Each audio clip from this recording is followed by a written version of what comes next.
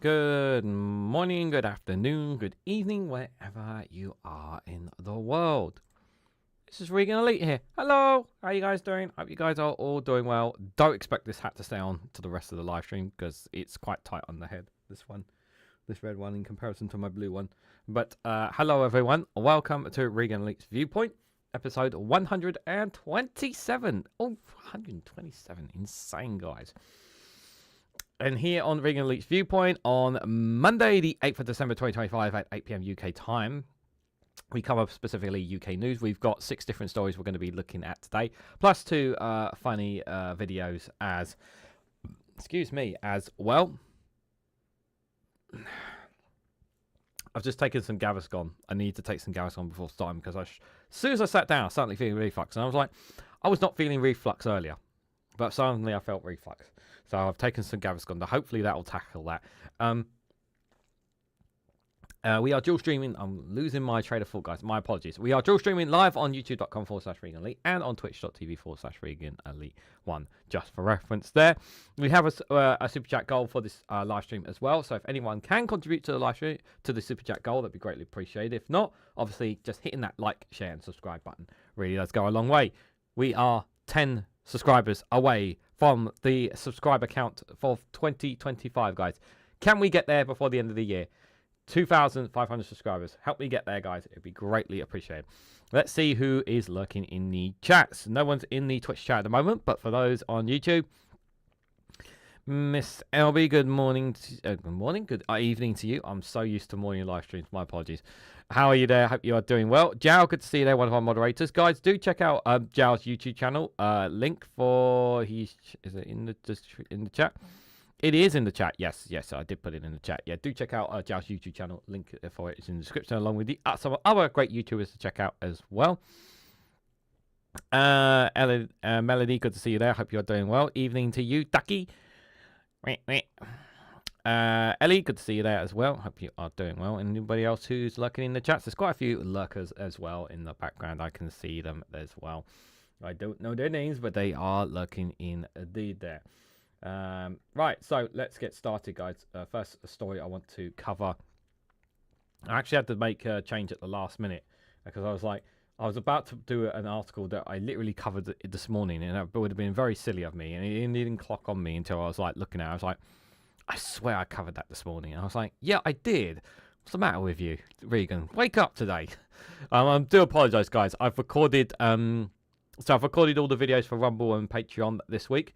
I will not be doing any more for the rest of this year on Patreon and Rumble, simply because of the time constraints. However, some of you may have noticed as YouTube members that I dropped. There's a members video that's going to be coming out tomorrow morning for everyone. It's been a while since I've done a main video, and it's me reacting to doing a response video to a video tomorrow. So if you haven't seen it, do check it out and let me know what you guys think of it there. Doc Davis, good to see you there. I hope you're doing well. And Vicky, good to see you both. I hope you guys are doing well as well. But this is one of the big stories, obviously, that it has been that's been happening today as well. Very significant, of course. And that is President Volodymyr Zelenskyy meets European leaders in London for talks on ending the Ukraine war. So, Ukraine President's UK visit comes amid heavy pressure from Washington for Kiev to cease territory to Russia. I'm really Europe really needs to stand firm on this, even if it upsets the Americans. They really need to stand firm on this. This is very. I feel like that Trump is more concerned about. Trump doesn't care about Ukraine. Trump doesn't care about this conflict. All he wants to do is open up trade with Russia again. He wants to build a relationship, build upon a relationship with Russia. He honestly doesn't give two hoots about the war in Ukraine, and he doesn't really care about any of it. All he's cared about: how can I make more money? How can I make more power? And how can I keep Vladimir Putin happy? And Ukraine cannot move on their position when it comes to ceasing territory. They just cannot. And it's so important for Zelenskyy not to buckle under this. And he's going to be experiencing this all the time. I think it's in Zelensky's interest not to go to Washington for talks unless he has absolutely no choice. And if he does, he should go with one of your two European leaders, because I fear what happened earlier this year, the big with Trump and JD Vance trying to humiliate him. I fear they're going to try and do this again. They're going to try really hard to pressure Zelenskyy into seizing territory just so they could have the agreement. And it's so important that he stands by this, and it's so important that the Europe and the UK and the EU continues to support Zelenskyy in the best as much as they possibly can here. I want this war to end. I really want this war to end as much as everybody else in the chat. But at the same time, the problem is not Zelenskyy. The problem is not Ukraine. The problem is Russia and Putin and their refusal to move at all on the negotiations. And the problem is now is that it's becoming more apparent that America are poodles of Putin when it comes to this all. They really, really are. So Volodymyr Zelenskyy has met the leaders of the UK, France and Germany in London amid heavy pressure from the Trump administration for Ukraine to seize territory it holds to bring the war to an end quickly. The talks on Monday follow several days of negotiations between the US and the Ukrainian officials, which ended on Saturday without an apparent breakthrough and were characterized by the Ukrainian president as constructive, although not easy. The Prime Minister Keir Starmer held a bilateral meeting with Zelenskyy in Downing Street after the two men earlier met with French President Emmanuel Macron and the German Chancellor Friedrich Merz. For its part, the Esquisse Palace, echoing Starmer, said France planned more work to provide Ukraine with robust security guarantees, a key concern for Ukraine. Yeah, they need those security guarantees. That's definitely needs to be on the card as well. You can't take the guarantee. You can't get a guarantee from US. That's just not going to happen. They need a guarantee there. But the territory thing, I think, is the bigger thing. But they want me to flee the country with this advert. England has its problems, but I'm content, guys. And the meeting took place as European leaders scrambled to show solidarity with Ukraine as the White House efforts to push through a peace deal to enter a key phase. Starmer insists that he won't be putting pressure on Zelenskyy to accept a peace settlement, while Merz expressed skepticism over the US proposal. Yeah, and it's right, we have skepticism over it. Personally, good to see you there. I hope you are doing well. After the Downing Street meeting, Zelenskyy was due to meet senior NATO officials and the European Commission President Ursula von der Leyen in Brussels. Earlier, an official in Kiev familiar with the talks told AFP that territory remains the most problematic issue. Putin does not want to enter into an agreement without territory, so they're looking for any options to ensure that Ukraine ceases territory. The official speaking on conditional autonomy has said, "Yeah, this is a big no-no. It's a big fat no-no. You're taking territory that doesn't belong to you. Just do not move on this issue." The Americans are pressuring like faster, the source added, saying that Ukraine cannot agree to everything without working out the details. The latest contacts following widespread concern over the Trump administration's framework for a peace proposal seen as many critics as favourable positions held by Russia. Yeah. Trump doubled down on their position on Sunday night, suggesting Zelenskyy hasn't read the US proposal and claiming without evidence that his people love it. His people does not love it. There has been lots of different. You can have a look for yourselves out there. Like there's lots of footage of Ukrainians have made it quite clear. The vast majority of Ukrainian officials. You can even look up the stats yourselves, guys. A bit of Googling. Like the vast majority of the Ukrainian people do not want territory seized to Russia. The vast majority. They want the war to end, of course, but they do not want to seize territory.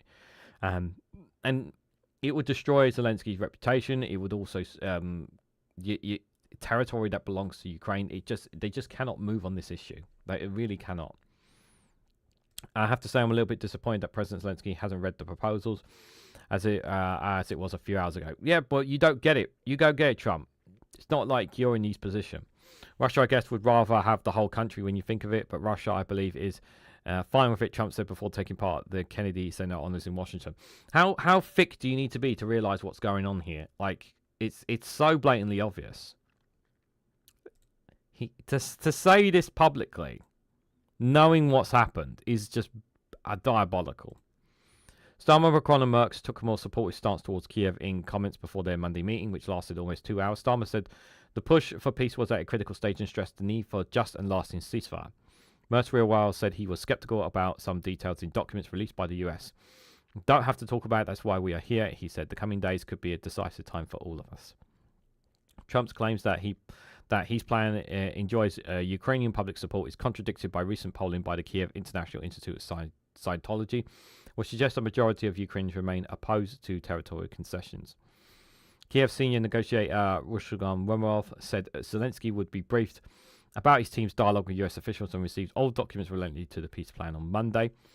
Go off the back of the Trump-backed Gaza ceasefire, the US has been working through a peace deal between Kiev and Moscow. US officials claim they're in the final stage of reaching an agreement, but there is little sign of that either Ukraine or Russia is willing to sign a framework deal to be drawn up by President Trump's negotiating teams. Again, like, it can't be because, you know, what Russia wants is not something we can do. The Foreign Secretary, Yvette Cooper, is meanwhile expected to be in Washington today, where she'll meet her counterpart Marco Rubio. The UK and US will reaffirm their commitment to reaching a peace deal in Ukraine, the Foreign Office in London has said, announcing Cooper's visit. The European talks on Ukraine following the publication of a new US national security strategy that has alarmed European leaders was welcomed by Russia. Yes, I do recommend, for those who don't know about the US national security strategy, I do recommend checking out Phil Morehouse's video on it. And I have not read the document itself, but basically from most things that I can gather, it's basically very anti-EU and very pro-Russia, what they've said in it. They really are against so-called democracy. They actually mentioned democracy 3 times in it, from my understanding as well. It's very, very concerning indeed.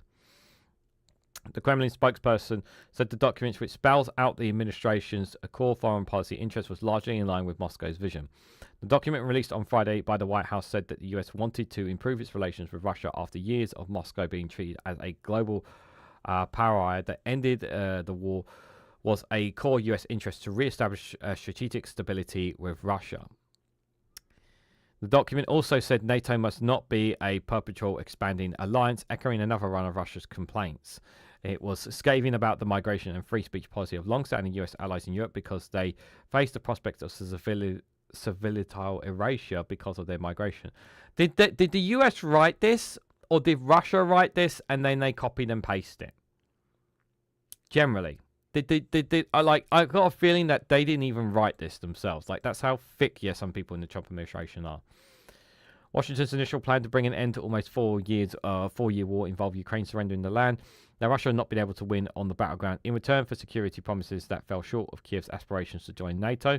Despite efforts from Trump and his team to push through a deal, progress in the talks have been slow, with disputes over security guarantees for Kiev and the status of Russian-occupied territory still unresolved. Starmer has stressed repeatedly that Ukraine must determine its own future and said a European peacekeeping force will play a vital role in guaranteeing the country's security. Sorry, just 1 second. I need to turn this because this is distracting me. Apologies. I really wish they would not be sending WhatsApp messages at this time. Apologies. The USA and Russia are allies. The Trump administration and Russia are allies. It's a better way to put it. I don't think the Russian people are on board with it. Starmer has stressed, but I know what you mean. Starmer has stressed repeatedly that Ukraine must determine its own future and said a European peacekeeping force will play a vital role in guaranteeing the country's security. The Russian president has not publicly expressed approval for the White House plan and said last week that aspects of Trump's proposal were unworkable. The US envoy Steve Witkoff and Jared Kushner met Putin at the Kremlin last week but failed to achieve an obvious breakthrough. Yeah, because we already know what their position is. Their position is we need territory, and they can't get that. They're not going to get that concession from Ukraine. The Americans know the basic Ukraine position, Zelenskyy said in a nightly video address on Sunday. Trump had a turbulent relationship with Zelenskyy since re-entering into the White House, urged Ukrainians to repeatedly to cease land to Russia to bring an end to the conflict, he says, has cost far too many lives. No. I want the war to end as much as everybody else, but the position is very clear that we must not cede territory. Just cannot be affording to do that. I think it'd be a very, very bad idea if we do such a thing. I hope it. I'm worried that Zelenskyy is going to buckle. I'm worried he's going to buckle anyway.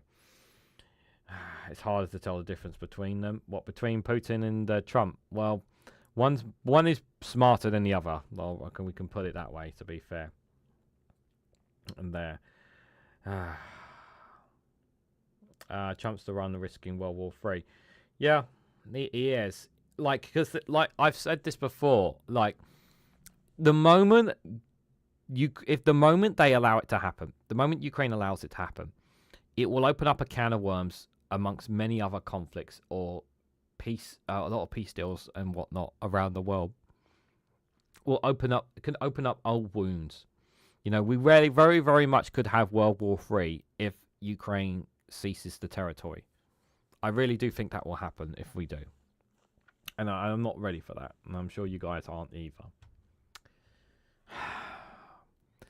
So, this piece here from The Independent here, you know, it's been a while. It's been like over more than a week now since the conference of your party. But Zarah Sultana, you know, in the past has kind of criticised the Greens. And then, well, she says this, guys. So your party could team up with the Greens to keep Nigel Farage out of Downing Street, Zarah Sultana has suggested. While she acknowledged that the Greens and your party are fundamentally different parties, Mrs. Sultana said there has to be conversation about electoral alliances. I don't know, like, right now, in all seriousness, like, as of right now, the very thought of your party being able to gain what? I mean, what is realistic? Like, realistically, guys, what is a realistic achievement for your party to do at the local elections or general elections as of right now? They're not going to get that many seats, are they? They might get a couple, like Zara and Jeremy will get 2, obviously, but I don't know. Some of the independents may count as your party members. Like, how many of them really are going to get seats in comparison to the other parties? I'm not so sure. Like, the thing is, like, saying this kind of it as of right now, seeing this from Zarah Sultana sounds really silly. And the reason why I say it's so silly is because the party has literally just been created, and they're already talking about keeping Farage out of Downing Street. And I'm like, you're not gonna be able to do anything. Like, respectfully, like, your party are not going to be able to do anything. Like, right now, the Greens have the momentum. The Greens are going in the right direction. There could be potentially, and I know people won't like this, but there could potentially, if the numbers are there, depending on what happens at the general election, and we're talking about hypotheticals that can happen down in the future, right? You could have Labour, Greens, maybe Lib Dems, like some kind of three-pronged alliance to keep out Nigel Farage and the Conservatives from having a joint government there. You could potentially do that. It's possible, but that's the best I think it could happen. But I just think this again. Like, I feel like Zarah Sultana is blowing the trumpet too hard on your party, and it's just like, for me, it's just like, keep your expectations low, girl, because it's like you've only just started. Like, we need to see like what your party actually does on the ground. And when you actually turn your, like, put all this nonsense behind you and actually start gaining seats and actually have some clear-cut policies about what the party is going to be doing, like, people aren't going to vote for you. Like, yes, you're going to get, if people aren't voting for the Greens, on the left, they're going to go for your party. But even that, people aren't very clear about what their policies are quite clear on. They're not quite clear on it. Like, if you go, you know what the Green Party stands for. You know what their policies are. The policies are quite clear. But as for your party, we're not quite 100% sure on that yet. And they actually have to vote on it all as well. So, like, there's still a long way to go. So she suggested that your party, I hate that name. I hate that name, guys, would team up with the Greens in order to keep Nigel Farage out of Downing Street at the next election. So while the MP for Coventry South acknowledged that fundamentally we are a different party, she said there has to be conversations around electoral alliance.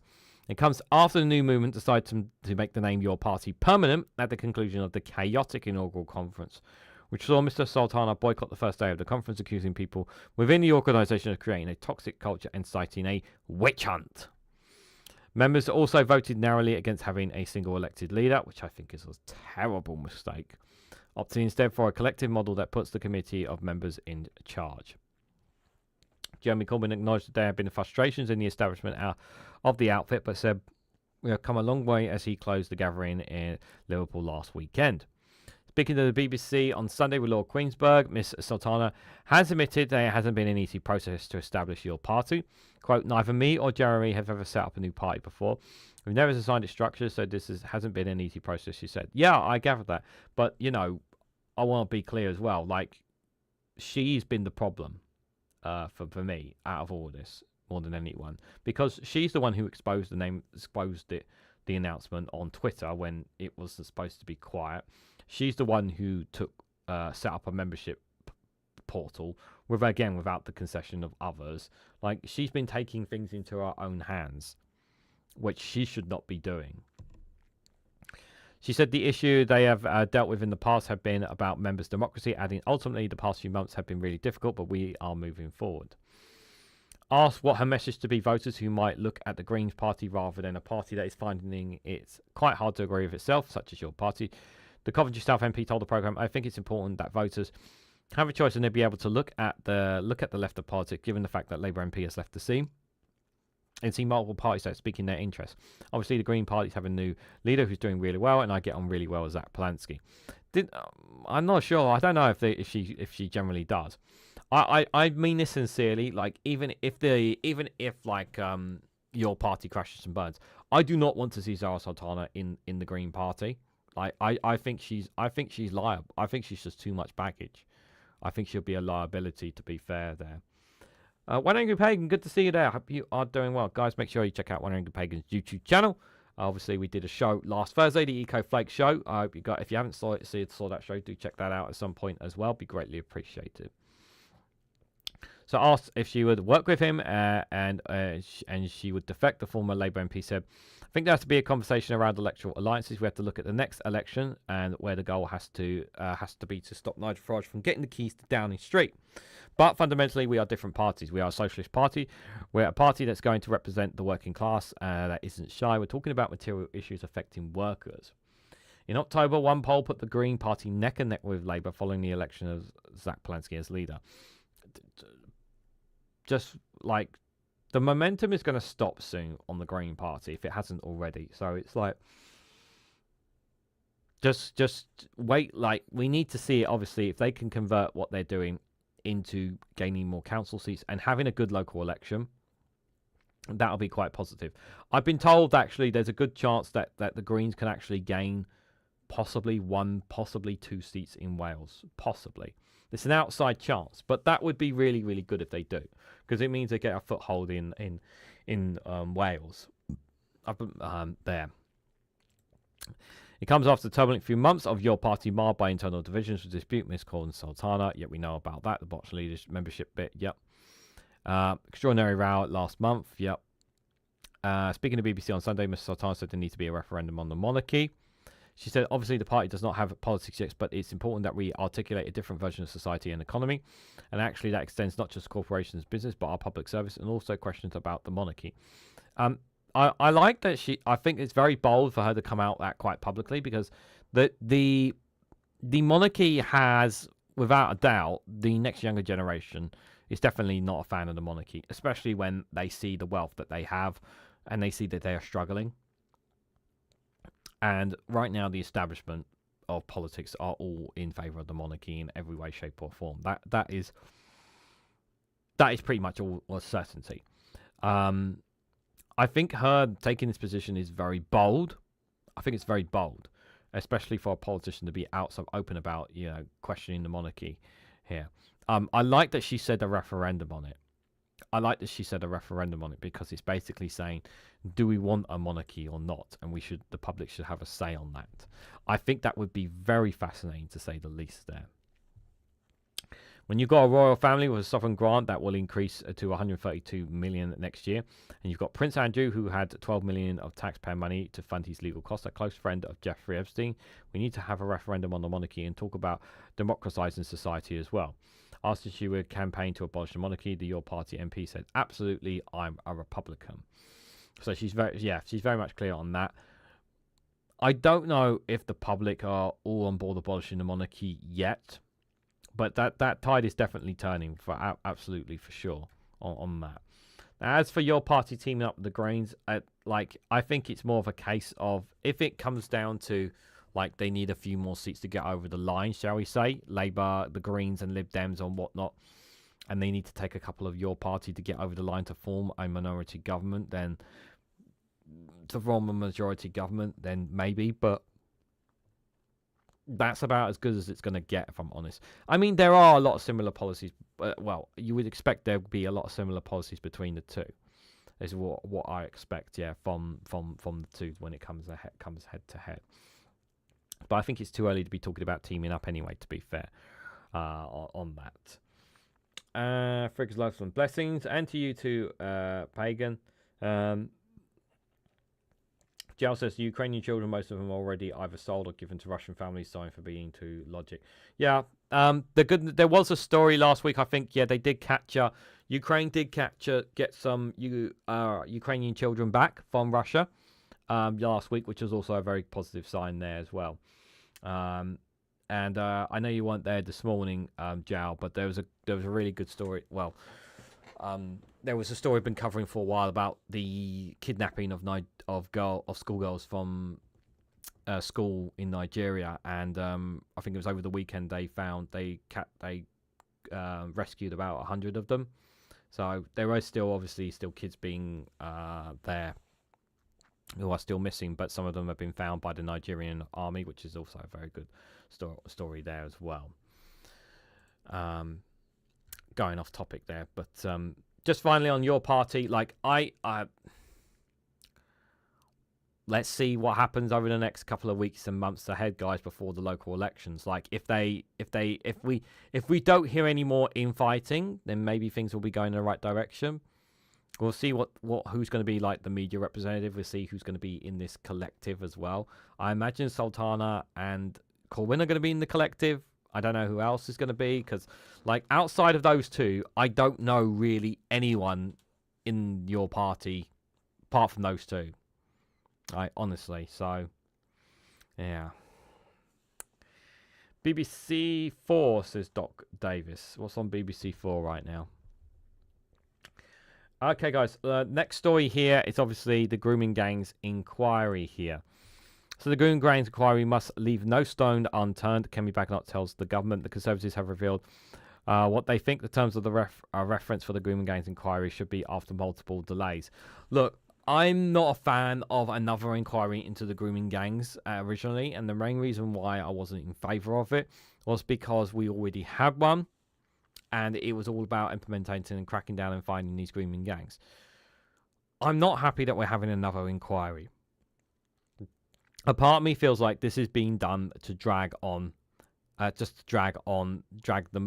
muddy the water sort of thing. Part of me feels is that they're claiming that the last inquiry didn't cover all aspects. Well, if this one doesn't cover all aspects, then Labour absolutely deserve a bollocking for it.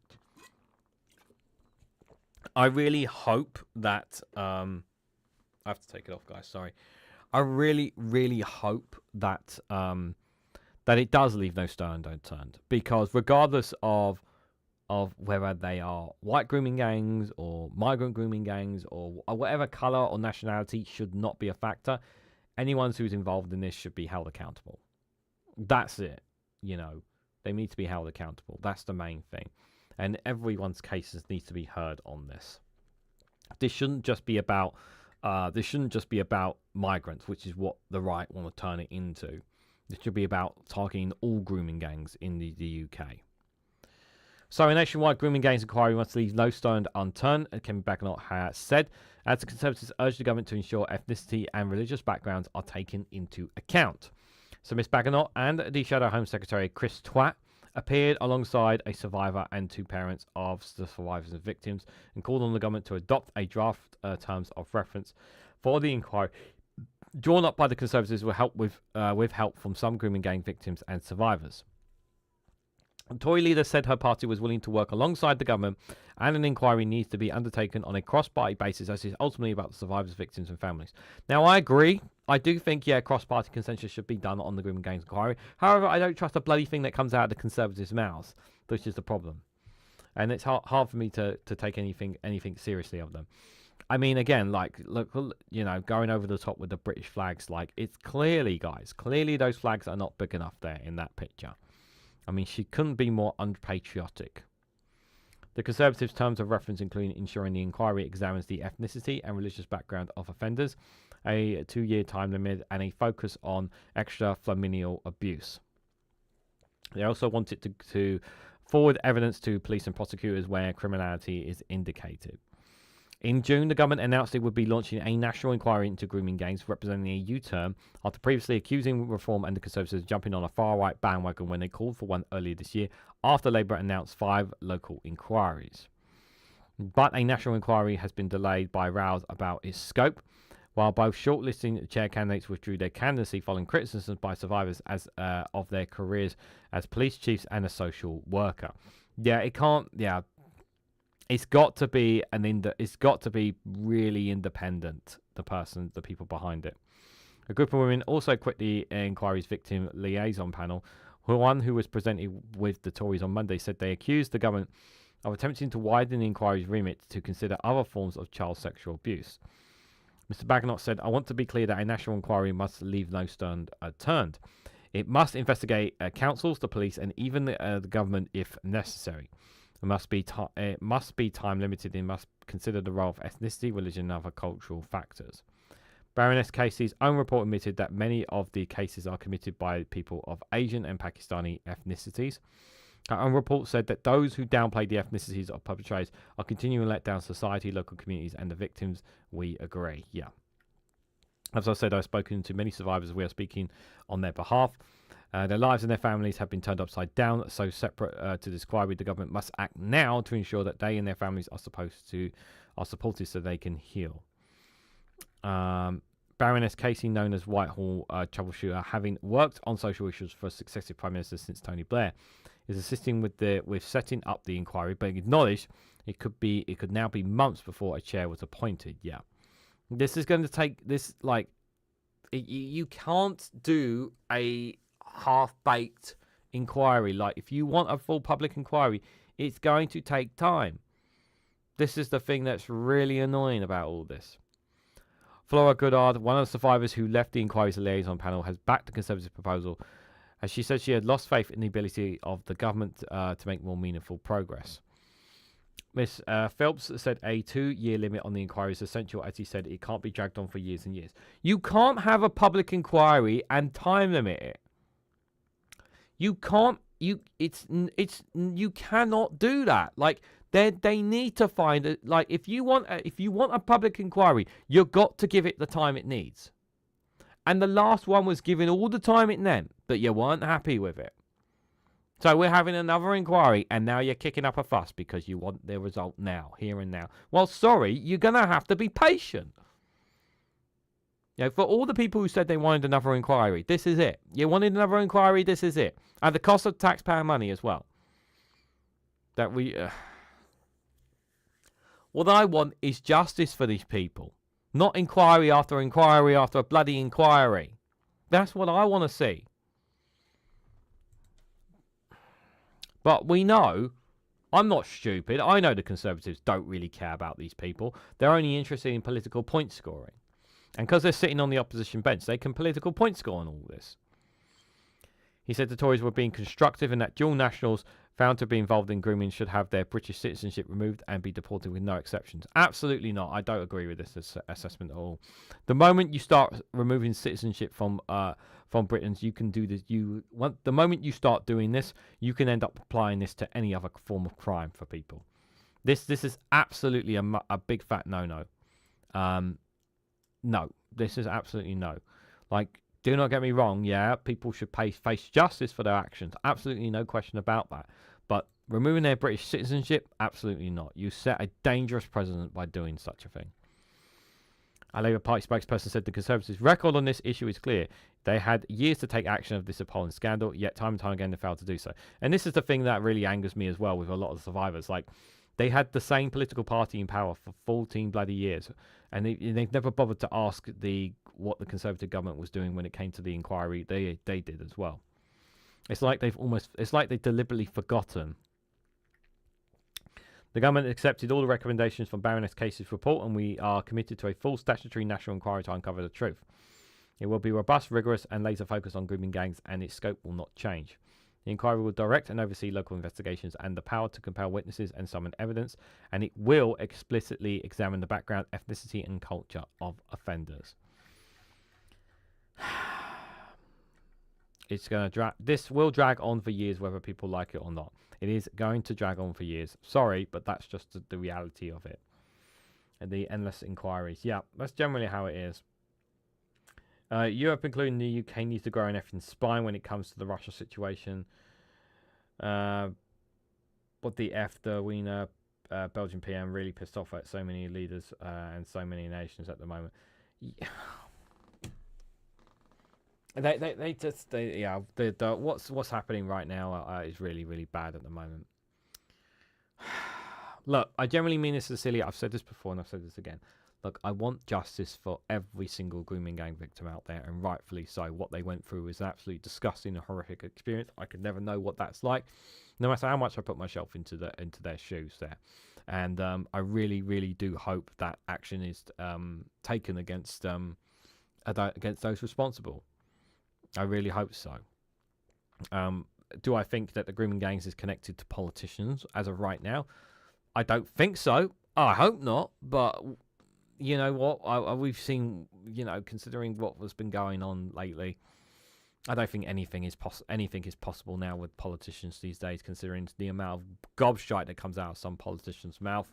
I would not be surprised at all, if I'm honest, guys. Would not be at all. So, guys, I think it's time for us to take a little break here. We've gone almost 40 minutes here on the channel, on the live stream, shall we say. We've still got a couple of stories to go through here, but I've got a really good, funny one here. Of course, what better person for funniness than Garron, our good friend Garron, guys. Apparently, he's one of the most searched people in Ireland in 2025, guys. Believe it or not, yeah. People are really weird. People are really weird in Ireland. There he is, number 7 there, guys, in the most searched people in Ireland in 2025. Well, let's see how Garron responds to this. Google has released the most searched people in Ireland of 2025, and look who it is. 'Tis me fucking self, number 7. What are you looking for, you cunts? Mind your own fucking business. Don't be looking up about me. Google something else, you nosy fuckers. Oh, let's see what people are trying to find out. Number 1, Garron Noon wife. That makes sense. I'm absolutely gorgeous, and people want to know whether to be heartbroken or not. Garron Noon net worth. Worry about your own fucking finances. Keep your dirty hands out of my pockets. Garron Noon worth. Are you planning a fucking burglary or something? Garron Noon age. I'm a very well kept 31. Obviously I'm a fat bastard, but I'm very smooth in the face. Wanted to see me turning on the Christmas lights? Garron Noon partner. Again, you're absolutely mad for a go on me. Garron Noon Robbie Williams, which I thought would have been number 1. Anyway, mind your own fucking business, you nosy cunts, and follow me. I'm delicious. Thanks for Googling me. Google has released... What is it with the Robbie? Like, what is it with people and Robbie Williams? Like, honestly, like, what is it with, here we go. Like, what is it with Robbie Williams? Honestly, like what is it with Robbie Williams? Like, why do people Google someone's name and Robbie Williams? Is there a relationship going on there that I don't know about? Oh dear. Gary's net worth as well. You want to know his network? Yeah, good luck knowing that. People are funny, man. The things that people try to look up is insane, you know. Kirsty, good to see you there. I hope you are doing well. He's googly-licious. Yes, Jow. Yes, he is. Very well said. Billy, good to see you there. I hope you are doing well as well. Joanna Swift 89 on Twitch there. Hello, good to see you there. I've only just noticed you there in the chat. Hope you are doing well as well. And just a quick reminder, guys, if you haven't already, please hit that like, share, and subscribe button. And do consider subscribing to the channel. Help me get to 2,500 subscribers. And if you guys want to help contribute towards today's Super Chat goal, Be greatly appreciated as well. Do consider becoming a YouTube member as well, believe it or not. I've put a video out that will be going out tomorrow morning, which is already available for YouTube members, top tier members as well. Which it's been a while since I've done a video, not a short video, but a video, political video. So you can check that out later, guys, if you are a YouTube member. So this story is only literally just happened, literally the last about a couple of hours ago. So this one here from The Guardian. So it says here that the UK will go further to stop abuse slaps lawsuits, David Lammy has said. The Justice Secretary said government wants to protect journalists and activists who shine a light on corruption. I want to believe this, but I have a very hard time believing in Labour, considering how they shut down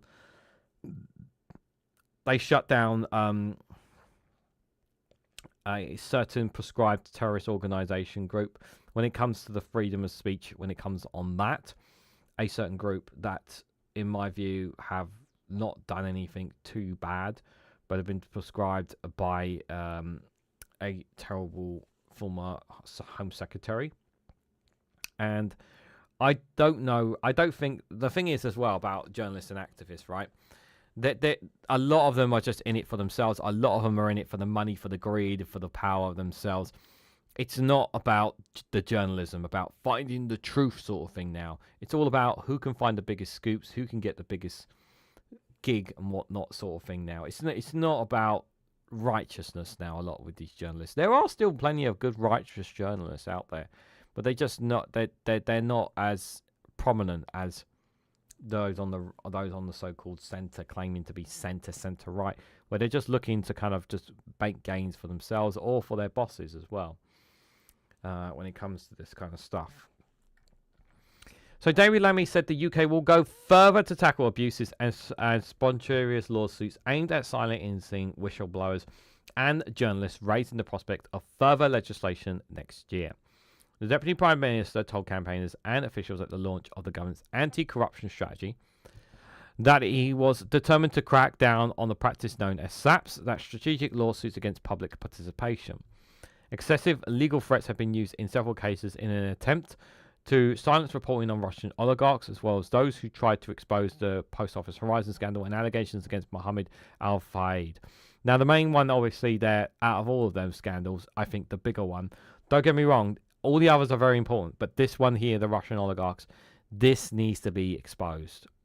And I don't think there is any Russian influence within the Labour government, which is why I think between now and the end of this parliament, they really need to uncover as much of it as they possibly can, so that the public are aware of the deep Russian connections, which we are already saying that we believe this to be within Reform Russia anyway. But we need to expose it a lot more. And also, I want it to be exposed in the Conservative Party if they are connected to Moscow as well.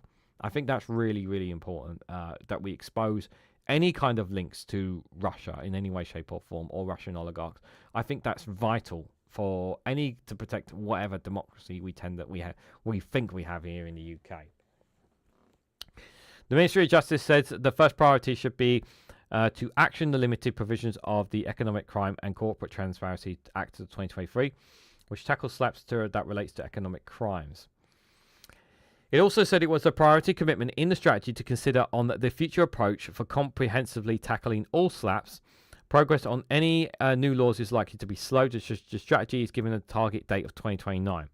Rishi Sunak had previously backed the former Labour MP's Wayne Davis backbench attempt for a wider ban on slaps, but the legislation did not get through Parliament before the election. Lammy, a vocal support on tougher laws on slap while in opposition, confirmed for the first time in many months that the government still intended to take further steps. Quote, "We'll protect the people who shine a light on corruption in the first place, the journalists and the activists who shield the public's right to know," he said in his speech at the summit. By stopping the powerful from using abusive lawsuits, so-called slaps, to intimidate reporters, silent investigators and bury the truth under a mountain of legal threats, because sunlight is always the best disinfectant. Campaigners believe there will be a further push for legislation on slaps by justice ministers before the next King's speech, either a tight standalone bill or as part of a wider one.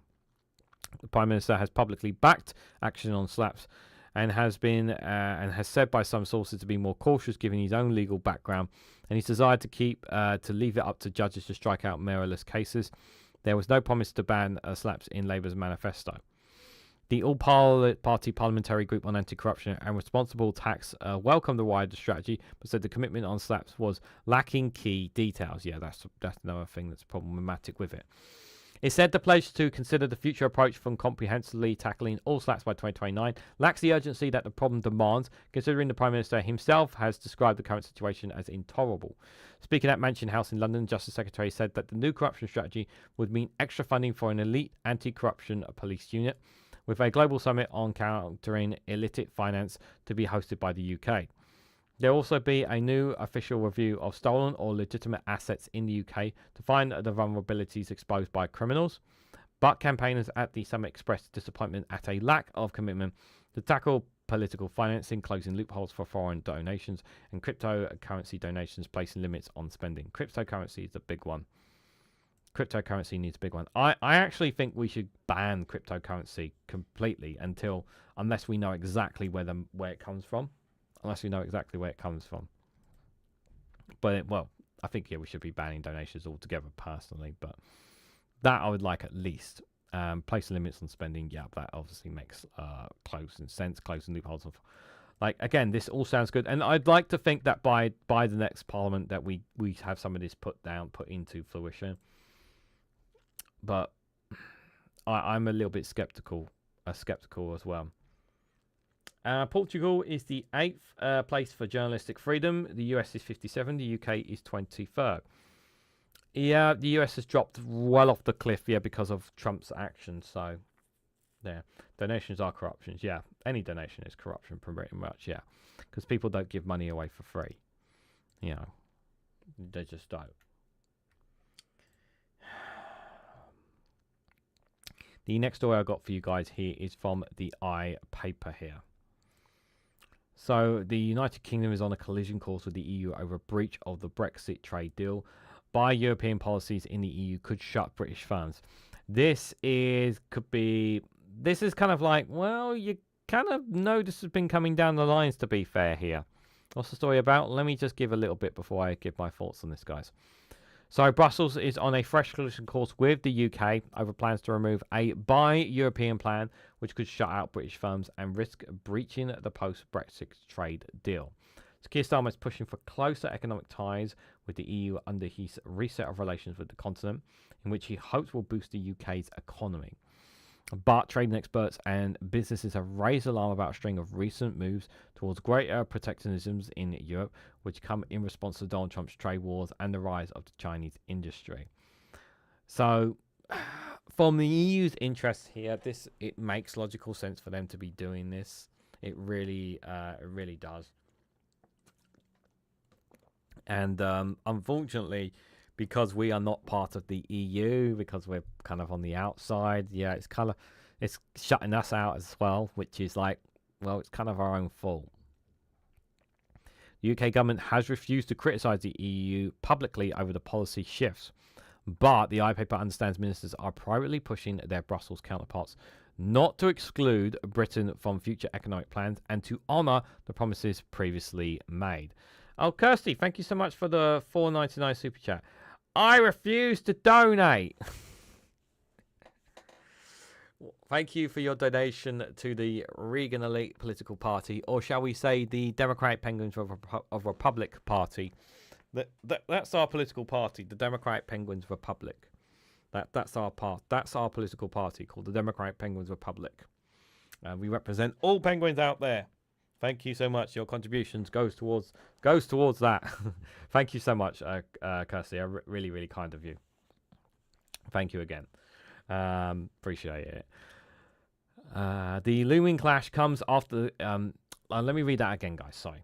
So the UK government has refused to criticise the EU publicly over the policy shift, but the iPaper understands ministers are privately pushing their Brussels counterparts not to exclude Britain from future economic plans and to honour the promises previously made. Well, here's the thing, right? As of right now,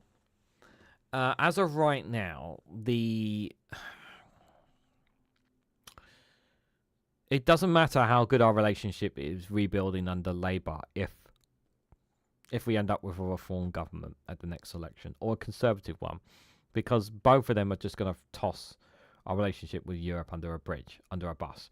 I generally feel like that the clock is ticking with our relationship with Europe, and it's going to get.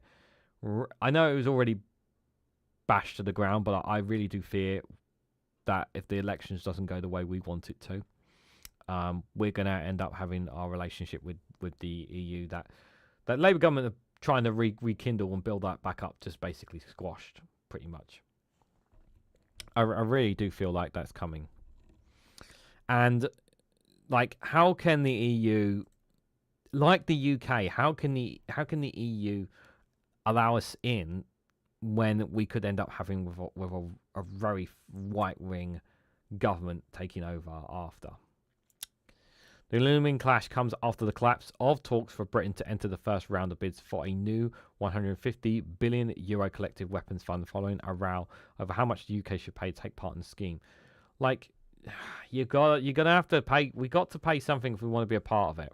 That's just generally it, because we're not in the EU. Trade and Corporations Agreement, which was struck by former Prime Minister Boris Johnson in 2020, and is the main document governing post-Brexit trade relations, dictates that the UK should maintain access to the EU's market and British companies should be able to bid for important procurement contracts. But the European Commission and EU member states, in particular France, have been talking publicly about the need to give greater priority to firms based inside the bloc. The Apply AI strategy published in October says that EU countries should adopt a bi-European approach to initiative technology, particularly in the public sector. Yep, that makes sense. Protect the market. And talking at a summit last week, French President Emmanuel Macron urged EU companies, when there is an existing competitive European solution, please adopt it. He added that AI investment should prioritize local providers, saying, in China, you have a Chinese exclusivity. In the US, you have a US preference. The European Union is the only place in the world where you have a non-European preference de facto. And in recent days, it has emerged that the Commission is considering forcing manufacturers to source more of their parts from inside the EU with a made-in-Europe policy that will push quotas of 70% of the components of some goods coming from within the bloc. That's a very good thing. That's really good. Policy moves would potentially make it harder for British technology firms to sell services to European governments, and for UK-based manufacturers or producers such as cars to export freely to the continent. David Hayne, director of UK Trade Policy Project, warns that Buy Europe is a serious prospect and likely to breach existing EU agreements, including the TCA with the UK. More to the point, it will affect UK companies and create more ambiguous scenarios for Northern Ireland. EU steel proposals provide a clue to the direction of travel, and as yet, the UK doesn't seem to have a good handling strategy. How wide this goes, we don't yet know, but it's a reminder of difficult relationships unresolved as of yet by the reset. Dom Harris of the Startup Coalition, founded by tech entrepreneurs, urged the government to push closer for working on the new technologies such as AI. Yes, I know. Well, we got to be more AI. Any European preference for purchasing in tech is fairly meaningless without the UK involved, and this is especially true in strategic areas like AI, deep tech, and defence, where we are clear European leader, helped by the fact that lots of their best UK founders are actually EU citizens themselves. Yeah, that's the best thing. You know, made by EU, produced by EU, for EU people. Yeah. For the Get Regan a Duck Fund. 100 SEK. What is that? What is that SEK Melody? Thank you so much for the super chat. I really appreciate it. What is 100 SEK, guys? I mean, it sounds like a lot, but something tells me it's not a lot. I don't know. Woohoo! It worked. What did you change your currency for the super chat? I'm generally curious now. The UK was even offered a lower contribution in other countries that they want. Was offered and lower contribution in other countries that wanted to enter. That's the thing. Like the UK are in no positions to be demanding anything. They're in no position to be demanding anything. It's about £8, says Melody. Okay. Thank you anyway. I appreciate it. That's very kind of you. Thank you so much. I will get one at some point. I've really got my hands full at the moment with so much at the moment. Can I suggest A's video on talking to a mate in the pub? Yes, you can, Billy Kershaw. You can definitely suggest that from A. It's been a while since I've listened to any of these videos. But do check out A. Thompson's YouTube channel if you haven't already, guys. I should have a chat with him sometime. I should reach out to him and have a chat with him sometime. I've never had to talk with him. We'd be keen to see the UK government's cooperation much more closely with the EU in some of these areas, including rejoining the European Innovation Council. That's the EIC in full. But that relies on EU member states not breaching the TCA to handicap EU firms. The EIC is an EU initiation program to set up to identify and scale up breakthrough technologies in Europe. The EU is conducting a full review of procurement rules next year, with key figures pushing for greater levels of protectionism to boost domestic industry. Earlier this year, the blog announced a significant increase in steel tariffs, from which Britain is currently seeking a carve-out. I think it's really important to emphasise here that there are a lot of countries within Europe who aren't part of the EU, within the blog, not counting Russia, of course. You know, there are countries that aren't in the EU which could still play, like Switzerland, a prime example. Like, they have great deals with them, with the EU as well. Like, I can see, like, we do need to find. I do think we need to find, we have to be willing to pay a little bit if we pay something to be in these groups. We really do. So what happens is the Brexit trade deal retreats. Under the terms of the post-Brexit trade deal, TCA, there are mechanisms for settling disputes which allow either side to challenge the other if they believe there's been a breach. In some cases, this can lead to an arbitration tribunal which will decide whether the terms of the deal has been broken, and if so, force the breaching party to set out what they would do to comply within a set time limit. If they fail to do so, this can lead to a temporary compensation or retaliation from the other side. In other circumstances, our panel of experts can make recommendations, but these are not binding. In cases where there is no mechanism, the only option for the complainant is to raise the issue at a political or diplomatic level. UK government spokesperson says strong relationship with our largest trading partners, key to delivering growth, good for jobs, builds and borders. Landmark deal we've agreed with the EU at the summit in May will reduce costs for businesses, offering better prices and more for our shoppers. Once negotiated, food and drink and carbon markets linking deals alone are set to add nearly £9 billion a year to the UK economy, significant growth boost for growth. Spokesperson for the European Commission declined to comment. David Lammy, Deputy Prime Minister, this week appeared to cast doubt on the government's Brexit policy by saying that rejoining the customs union would boost the British economy. In an interview with The Observer days later, the Prime Minister refused 5 times to repeat a previous claim that the UK would not join the EU in his lifetime. He should never have said that comment. I should never have said that comment. He should never have said that comment in the first place. He's a dummy for saying that. But a Downing Street spokesperson insisted the government's policy was not to rejoin the EU, adding its red lines of staying outside the single market and customs union and rejecting the free movement of people would remain in place. Jao, if you can do me a favour, put a link to A. Thompson's YouTube channel if you can, for people who don't know who he is, to check him out. I'd be greatly appreciated, my friend. Thank you. Melody, I thought you were in Scotland, says LED. Jal says, what worries me is that some countries, the Commission, are always convincing the other countries to let the UK participate in EU institutions and mechanisms, and then the UK breaks its word, and that we are back at square one. Yeah, the thing is, you can't trust a Conservative government, and you can't trust a Reform government with any trade and cooperation agreements that you have with the UK. And that's the problem with the EU here. The EU just cannot trust. It makes so logical sense for them not to trust the UK. Like, as of right now, the government that they have is a bit more trustworthy. But the problem is that if we have the problem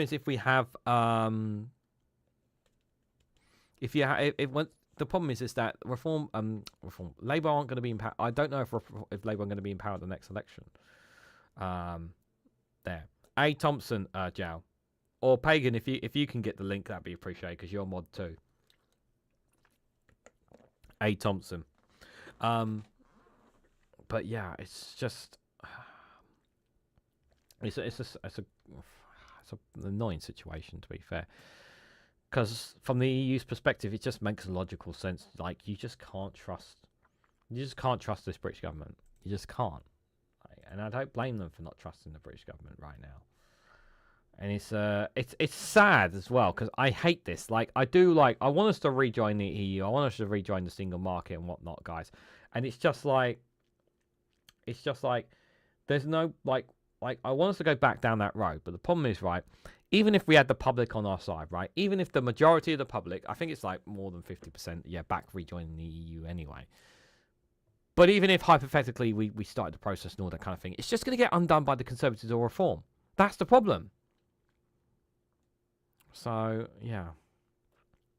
Thank you, Kirsty, for the 199 super chat. Trying to get my number NR back from the duck, says Kirsty.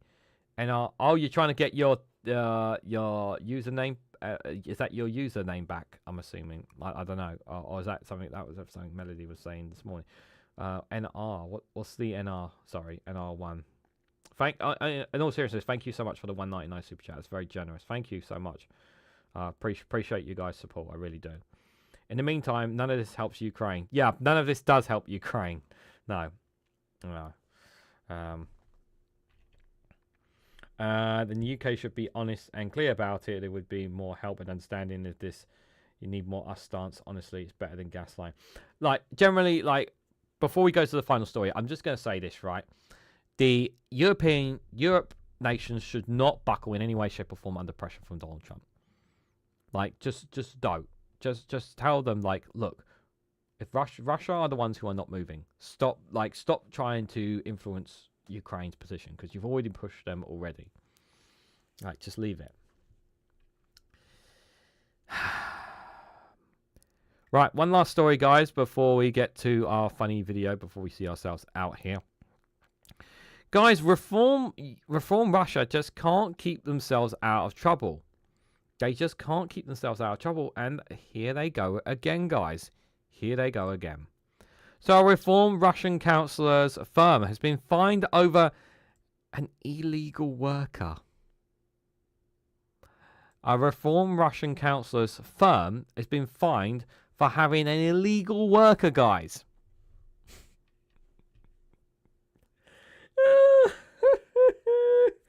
You just couldn't make this stuff up, could you? So a Reform UK councillor's business was fined £40,000 for hiring an illegal worker, it has been revealed. Andrew Harrison, who represents Sedum in County Durham, received the penalty after his Church Hills Management Limited company was ruled to have employed someone who did not have a legal right to work in the UK. Remember, this is the party that wants to deport all people who don't have a right to be here and wants all migrants gone. Except the ones that are working for them, apparently. However, Harrison, who was elected Durham County Council in May, said the individual was legally allowed to work and his business was fully compliant with the appropriate paperwork for all employees. He said he was appealing against the Home Office penalty notice, which was issued in February at Newcastle County Court. A Reform Russian spokesperson declined to comment. Okay, so... All right, this context is really important, okay? As much as we laugh about this, right? Now, he's claiming that the paperwork was all in order. They're claiming the paperwork is all in order here. Now, I generally mean this sincerely, like, because obviously we're talking about someone's life here. We're talking about someone's life here, okay? You know, I hope he's a genuine person, just working and trying to contribute, working and contributing, just like any other individual here. I generally mean that, and I hope he's doing. I hope he or she, you know, it's a case of misunderstanding with paperwork, because I don't want to see somebody getting deported. If they're generally somebody who actually wants to work and contribute to society here in the UK. I generally mean that sincerely. But if this person is actually working illegally and doesn't have the necessary paperwork, then it really is kind of like embarrassing from Reform Russia's point of view. You know, it's a party that considers itself to be removing all troublemakers or illegals and whatnot, and you've got somebody here who shouldn't be working, basically. So on social media said he's put the Home Office on notice and took legal action against them regarding this matter, and it will be heard next year. It's been ongoing and has been ongoing for a few months. Apparently, this has been ongoing for a few months. Apparently, Churchill was listed among several North East businesses fined earlier this year by the Home Office for employing illegal workers. So they've been fined before for having illegal workers. Harrison said, I support illegal workers being removed and businesses being held to account to stop this illegal activity for self-gain. Business owners that abuse the system should be in jail. Most people do not know this, but until the election this year, I was part of a specialist team actually carrying out enforcement and flying illegals out of the UK. On the legal case, he said, it is crystal clear that this is a targeted attempt to get money from small businesses. For a country on its knees, this is probably one of the lowest moves I have experienced. No common sense or any appetite to stop wasting taxpayer money on court proceedings. Hey, listen. Like, you want, like, I'm just going to say this, right? Like, you've got to say, like, this is just for me. It's just like, you can't be complaining about people working illegally while also being a supporter of, like, saying they should let these people work, while also being a supporter of kicking out migrants in the for reform Russia. Like, it just doesn't, like, it's so messed up. This is. Dear, oh dear. The Local Democracy Reporting Service understands the employees indefinitely to remain expires in October 2023, but was extended after an application was lodged. Okay. The request was confirmed on October the 4th, with Harrison's business not employing them until October the 10th. By the time of the fine, the employee was in the process of extending her status in the UK, with a fee waiver being granted in November 2024. Okay. The Home Office says employers can face unlimited fines of up to 5 years in prison if they hire people who do not have a right to work into the UK. Well, he's claiming the worker did have a right to work in the UK. Well, maybe that's not what's happening here. Maybe that's not what's happening here.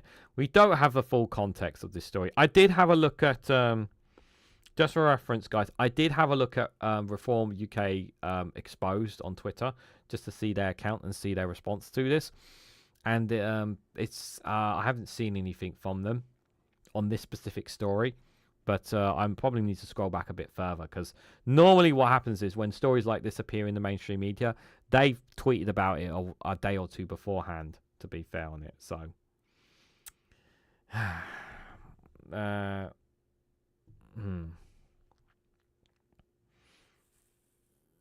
let's pray that the many Palestinian Christians get a peaceful Christmas this year, said Awesome Bricks.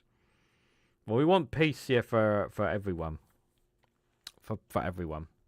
Unfortunately, yeah, the ceasefires are not working. Kirsty, thank you so much for the 199 super chat. It's like Animal Farm, some more equal than others. Thank you so much for that. Oh, it's like Animal Farm. Okay. Well, thank you so much for the 199 super chat. It's very generous. Thank you, and Melody for the super chats tonight. I really appreciate it. Very generous of you both. Thank you. I really do mean that sincerely. But guys, just before we head out, we got one funny video to see ourselves through. I want to stress that actually, I'm not going to say it. Actually, I'm just going to play the video, and I'm actually going to put myself on the screen because I actually want to watch this with you guys. No, that camera's no good. Oh, I have to do it without the camera. Oh, sausages. Yeah, I want to show the full screen of this. Okay. So you guys heard about the raccoon, right? You know, there was a story about a raccoon breaking into a store and drinking some things it shouldn't have drunk. Well, we have got exclusive footage right here on the Viewpoint here, guys. Real, actual footage of the raccoon in action. This is I cannot believe we got this, guys. It's absolutely unbelievable. But here it is, guys. The actual footage of the raccoon causing mayhem in the liquor store.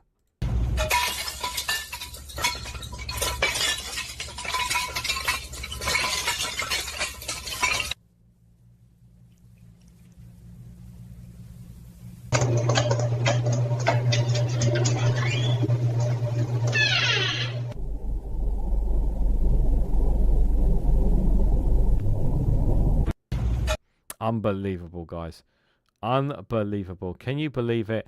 Not only not only did it do this, it just trashed the store. It's just absolutely unbelievable. Like, what's the matter with these animals? It's just absolutely insane.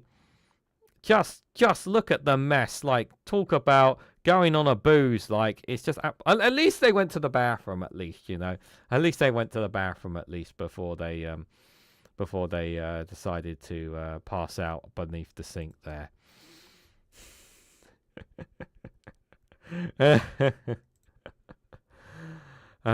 Yes, in case anybody asks, yes, that was an AI generated video, guys. The video is AI generated, but the incident of the raccoon breaking into a little liquor store is 100% real. But yes, it is a very, very, whoever made that AI video is a very, very good one. By the way, I can have a laugh about it, but but in all seriousness, obviously, I don't ever want to see animals drinking alcohol and taking that kind of stuff. And I hate when people do that kind of stuff just for lulz or fun. Like, the one thing I really, really hate, and I've been seeing it pop up a few times on Twitter, and I don't scroll TikTok, so you guys can speak for yourself if you go on there, but like, there's people who does the cake with the cat and they with a cat cake. And there's a cat right next to them when they cut the knife into opening up the cat cake. And I hate that so much because it's traumatizing for the cat. Like, they think it's funny. It's not funny for the cat. It's not funny for the cat. It's traumatizing. Stop doing that to your cats. Stop doing that. Like, I'm sorry. You're not a cat lover if you are going to torture your cat like that. I'm just saying that now. Like, you might think it's funny, but it may be traumatizing for a cat to watch another cat that looks to see a knife going into another cat, even though it's not real. To see it, it gives them, it's quite terrifying for them. So don't do that. The elephant got drunk on a marara fruit in Africa. So Kirsty Hamilton. I'm pretty sure there was something with an elephant we covered in the past as well, but I can't remember though. Can't remember. I hate AI. Yeah, it is an AI video. Sorry, but I had to. Look, I'm not going to BS you guys if it was AI or not, but I wanted to share that with you guys anyway, guys. Right, so just a quick reminder, guys. I will be live tomorrow morning for another Good Morning Show at 11 a.m. I'll also be live at 6 o'clock with Global News. There will not be a Global News live stream next week. Next week, there'll be much fewer live streams, guys, so I'm just warning you ahead of time. I'll let you guys know closer to Friday what the plan is for next week, because there will be a couple of days where I will be away. I'll be away for a few days during the week. But there won't be a Global News next week, but there will be one tomorrow, so do join me for that if you can. Also a reminder that this Thursday, myself, Witchigoff, and Random Scottish History Jenny will be coming together for the round table. Do join us for that show. I'm very excited to have them on, so please join us for that. We'll talk about, I don't know what we're talking about yet. I haven't decided what the topic is. I guess we could talk about politics, or we could talk about from topics maybe from a women's perspective, because it's a woman's perspective as well. So there's all sorts of things we can talk about there. But I'm very excited to bring Witchigoff and Random Scottish History together. I really am excited to bring them together as well, because I think it'd be very nice, a nice change as well, guys. And I'm planning obviously a round table next month as well, and I'm looking at some point to bring Graham Price back to try and do another Reform Watch show as well. Reform Watch show, and hopefully it will go well in comparison to this one as well. And I did say to you guys I plan to have Van Man Talks back onto the show again as well. I did message him, but he hasn't responded to it yet, but I'll give him a chance to respond because he's probably very busy there. Kirsty, thank you so much for the 199 super chat for the confetti. Yes, I'm sorry I don't have a confetti animation like Graham Hughes has done. But thank you so much for that 199 super chat. Thank you for helping me reach today's super chat goal. Thank you guys so much. Very generous of you guys tonight. I really appreciate it. So guys, I'm going to get the timestamps done, and then that will be a timestamp done, and then I'll post it once when is the round table? This Thursday, 8 o'clock. Myself, Witchigoff, and Jenny will be this Thursday at 8 o'clock, guys. But before I go, just have one last thing to say before you go. Please hit that like button. Share this across social media. Consider subscribing to the channel. Do check out Patreon and Rumble as well. Links for both of them are down below. Consider joining our Discord community as well. On there as well, so you can, it's also free to join as well on there. Be greatly appreciated. So I hope thank you all so much for watching, and I hope to catch you all very, very soon.